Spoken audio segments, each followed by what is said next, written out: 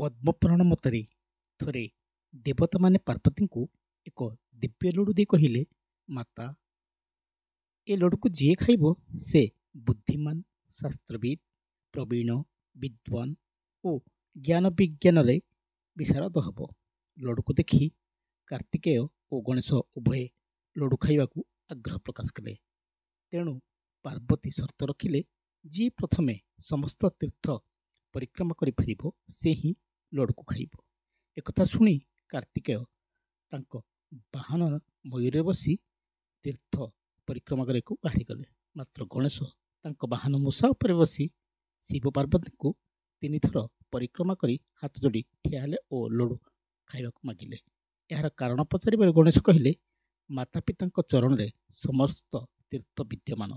ମୁଁ ପିତାମାତାଙ୍କୁ ପରିକ୍ରମା କରିଥିବାରୁ ସମସ୍ତ ତୀର୍ଥ ପରିକ୍ରମା ଫଳ ପାଇବାକୁ ଯୋଗ୍ୟ।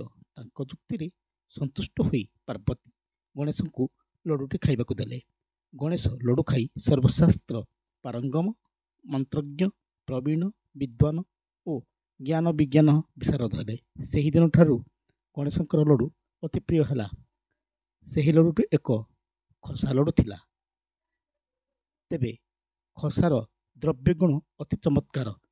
ଯଦି କେହି ଦିନକୁ 108ଟି ଲେଖା ଖସା 108 ଦିନ ଖାଏ ତେବେ ସେ ଅସୀମ ଧୀଶକ୍ତିର ଅଧିକାରୀ ହୁଏ।